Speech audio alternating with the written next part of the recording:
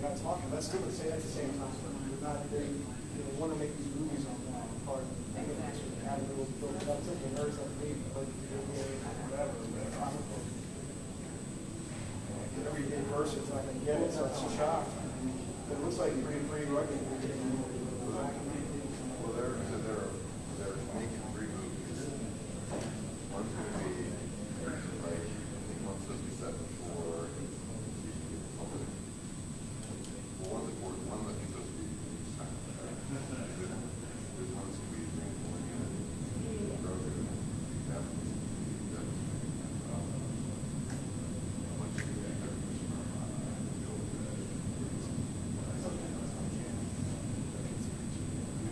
I still remember seeing a little bit. So it's not open.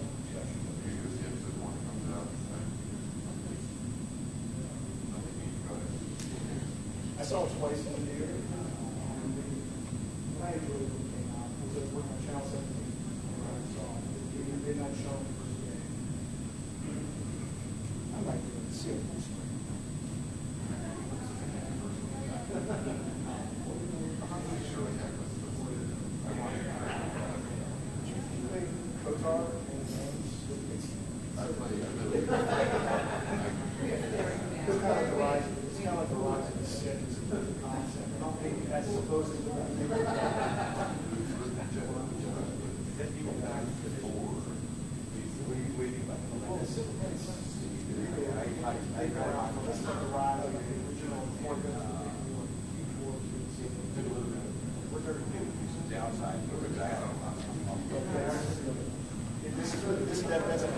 Yeah, I got you. Yes.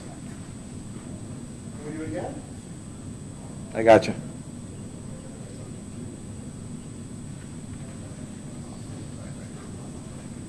What's that?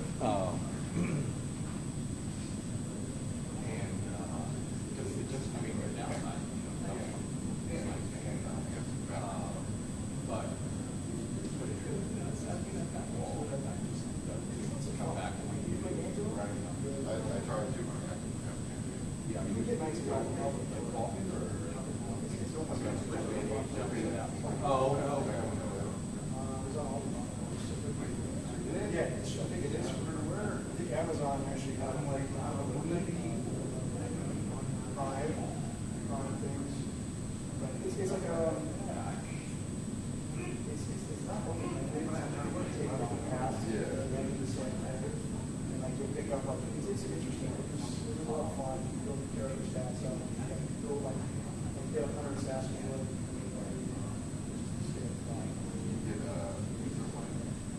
Well, I can't. My son bought an Xbox. I bought an Xbox for this past summer. Coming out.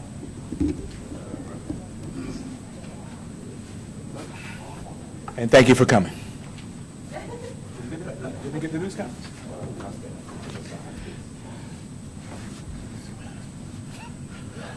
Come over here, man. You're so crazy. Come on, pass it over here.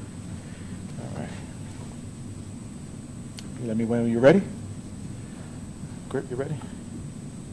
All right. So good afternoon, everyone, and thank you for being here. As we shared on March 6th in the rain with the Mayor Parker, how vigilant we're going to bring in the suspects who shot 8 children on that day, and we're so fortunate that all of those kids made it through. We said we would not stop to get everyone that was involved. Through the investigation and the hard work of our shooting investigation group under the leadership of Commissioner Vanore, we've been able to identify now a fifth suspect in this case. We also will talk about, Commissioner Vanore will also talk about our efforts underway to find the shooting, the 5 individuals shot on March 4th on Ogons Avenue, and the efforts are still continue underway and some of the links we're seeing in that case. So I'm going to turn it over to Commissioner Vanore. We will again want to thank you for all of your support in getting the information out and be able to share with you the efforts we have underway in both of these shootings. All right, good afternoon. As you know from the incident on March 6th that happened 7300 Rising Sun, we've made 4 arrests before today. The arrest included Jameel Tucker, 18, Nellie Buggs, 18, Jamad Carter, 19, and an Nasir Boone, 17, who's still in Virginia. He's scheduled to be brought here tomorrow and charged and with all the same charges as the other defendants.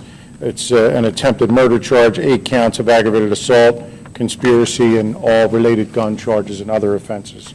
So our investigation, as we said, would not stop. We were going to look to see if anyone else was culpable, especially in that incident, and also what other cases that happened previous to this incident could have been connected. As part of our investigation, we analyzed a lot of evidence. We looked at a lot of video. We discovered additional evidence that linked another 15-year-old individual to this case. Now, I'm going to tell you that this individual was on location. He was inside the Dunkin' Donuts previous to the shooting, in communication. We now have evidence that he was in communication with the people inside that car, which are the 4 individuals that we have previously charged.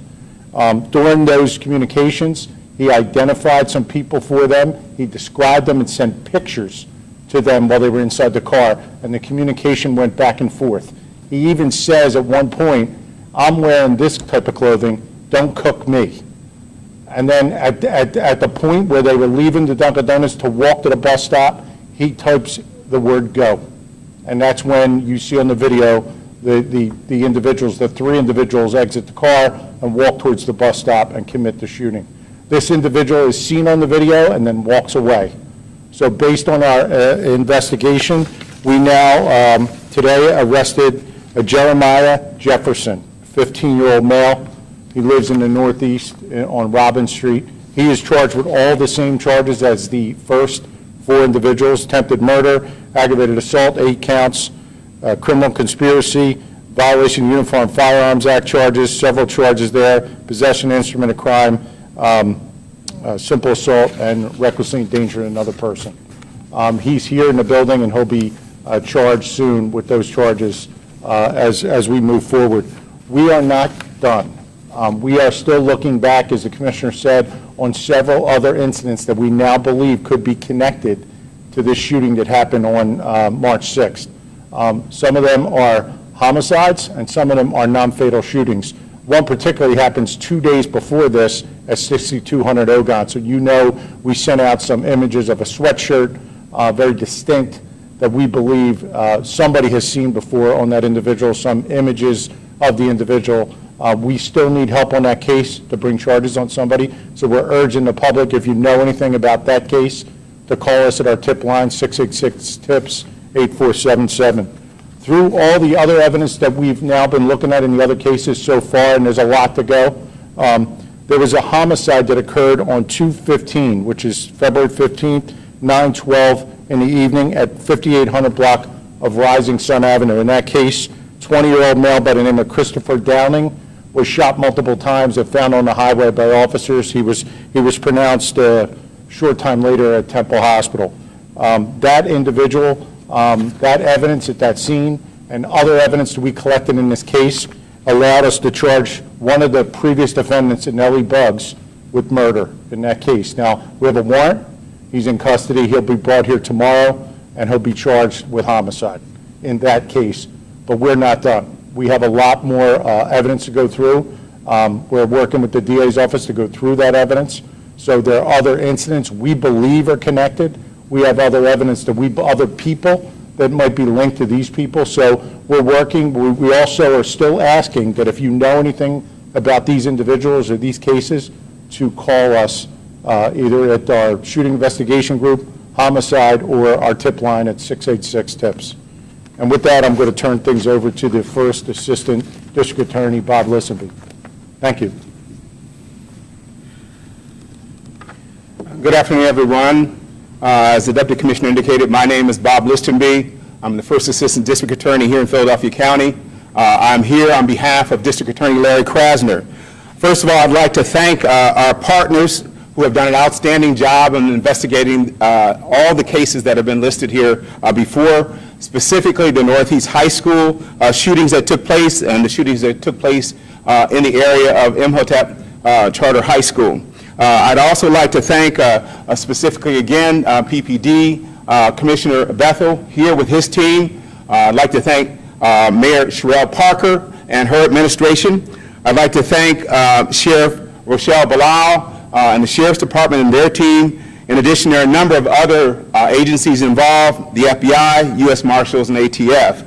I want to commend the work of victim advocates whose work at the Philadelphia Police Department and District Attorney's Office has been critical to help victims, families, friends, relatives, and the entire Philadelphia community deal with the trauma caused by these shootings. No matter where you go in the city, you hear young people talking about the fear they're experiencing as they go to and from school, getting on and off school buses and SEPTA buses because of this specific recent round of shootings. The folks who are victim advocates and other kinds of specialists throughout the city have had a real challenging job trying to help our young people deal with these kinds of circumstances and situations.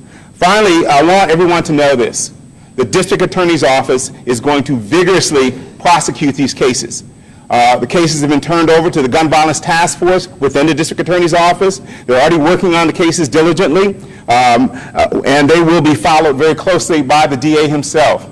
I have Assistant District Attorney Joseph Lanuti here from the Gun Violence Task Force if there's specific questions about the investigation that I might not be able to handle. But once again, our partners have been outstanding here. They've done tremendous work, and they've done it quickly. All praise goes to them and the work that they've done and the work we've done, along with our chief of our homicide unit, Joanne Pescator, who've been working with them around the clock, 6 and 7 days a week, night and day, to try and bring these young people to justice. Thank you.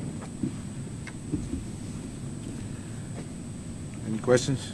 It seems like Jeremiah Jefferson knew these individuals, these victims. Did they go to school together at Northeast?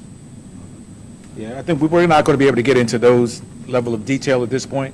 That will come out at a later time. I suspect the motive in any of this, or what connects them all?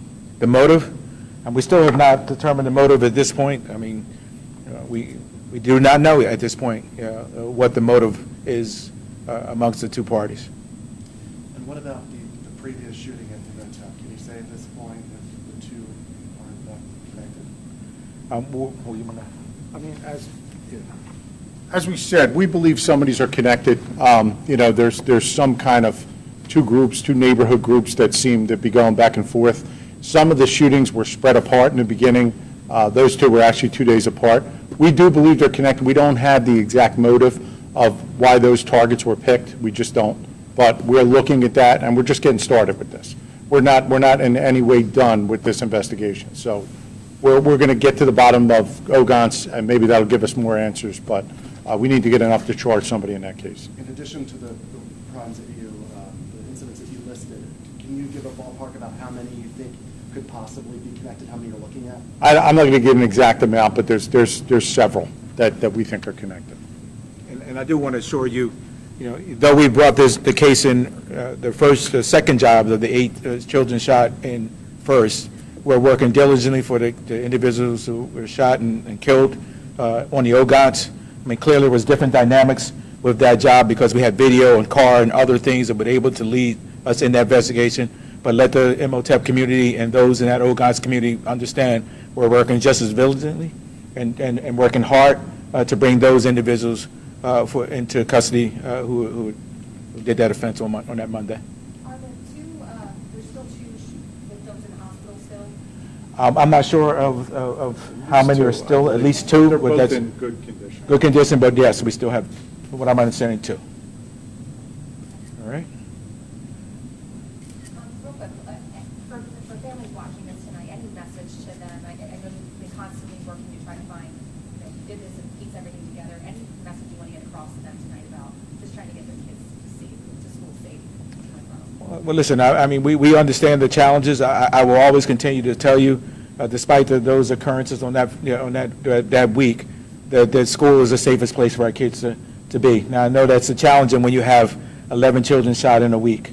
But I would also continue to tell parents that inside those school settings, inside those walls of the schools, continue to be the safest place for them to be. We have to do a better job now with the expanded role that these shootings are taking, particularly along our corridors. We'll be working on a deployment strategy to help support the schools along those corridors as our kids get out. That'll be announced in our 100-day plan.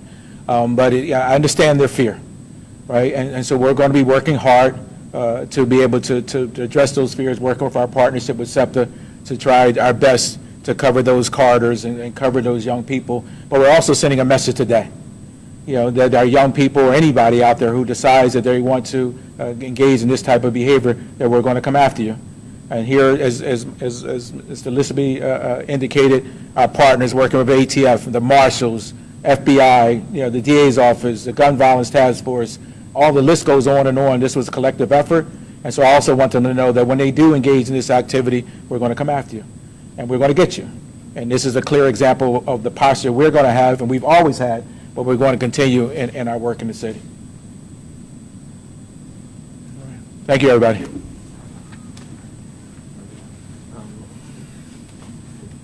Mr. Listenbee? Yes, sir. It's a pleasure. Nice meeting you. Nice meeting you. Okay, sure. All right. All right. You guys going out that way? Is there a back way out or what?